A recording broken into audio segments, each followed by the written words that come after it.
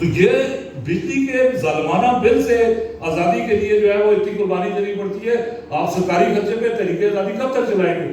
اب بیسک بات یہ ہے کہ جو ڈیمانڈز میں سے جو 2 ڈیمانڈز ہیں انٹر ریلیٹڈ، فری بجلی کا ہوا، راجہ فاروق عزیز صاحب نے اور باقی اور کچھ لوگوں نے یہ کہا جی کہ فری بجلی نہیں ملتی. میں نے پرسنلی بھی ان سے یہ عرض کی کہ فری بجلی تو مل رہی ہے، یہ کس نے آپ کو کہا ہے کہ فری بجلی نہیں ملتی؟ مسئلہ یہ ہے کہ فری بجلی کس کو ملنی چاہیے؟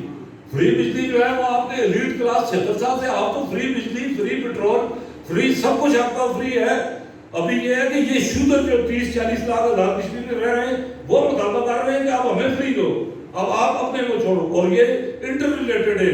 جو عوامی ایکشن کمیٹی کا ایک یہ مطالبہ ہے کہ مراد جو ہے ان میں کمی کی جائے.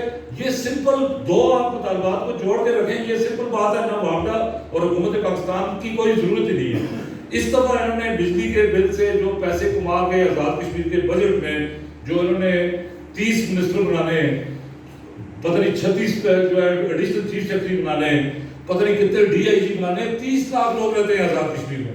یہ کسی دنیا میں کوئی نہیں، کوئی انصاف، کوئی قانون یہ ہے کہ آپ دیکھیں کہ کتنی آبادی کو ایڈمنسٹریٹ کرنے کے لیے کیا ایڈمنسٹریٹو سیٹ اپ ریکوائرڈ ہوتا ہے. یا پاکستان میں، انڈیا میں، دنیا میں کسی ملک میں دیکھیں. یہ آپ نے جو یہ پھیلا کے اور لوگوں کو آپ نے 30 سال سے یہ بیوقوف بنا دیے، اس کو ضلع دے دیے، اس کو تحصیل دے دی. اس کو کیا مقصد تھا؟ سوائے آپ نے ناجائز یہاں پہ اسامیاں تخلیق کی، ان پہ ناجائز طریقے سے لوگوں کو بھرتی کیا. جو پبلک سروس کمیشن کے خلاف علاوہ جو آزاد کشمیر میں جتنے لوگ نوکری کر رہے ہیں وہ ان کو آپ حرام خوری پہ آپ نے پورے خاندان کو لگایا دیا. وہ سارا جو ہے وہ حرام کی کمائی ہے. کس طرح جو ہے وہ آپ کسی کے باپ کی جاگیر تو نہیں، اپنا آپ ذاتی آپ اپنا ملازم جو ہے وہ آپ اپنی مرضی سے رکھ سکتے ہیں. جو گورنمنٹ کا یہ آپ کے خدا کا ایک امانت ہوتی ہے اقتدار، اور وہ جو ہے وہ سب 40 لاکھ لوگوں کا اس میں حق ہے. اس میں جو ڈیزرونگ ہے، جو میرٹ پہ ہے، صرف اس کا حق ہے وہ نوکری حاصل کرنا.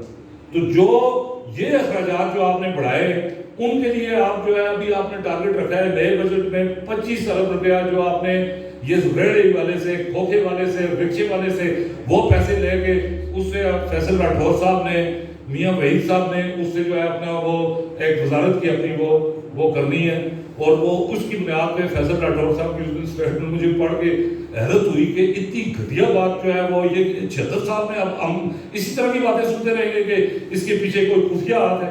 یہ 1400 سال سے 1200 سال سے مسلمانوں کے اس دھوکے میں رکھا ہوا ہے کہ تمہاری جو ہے وہ ہر ناکامی کے پیچھے یہودیوں کی سازش ہے. یہ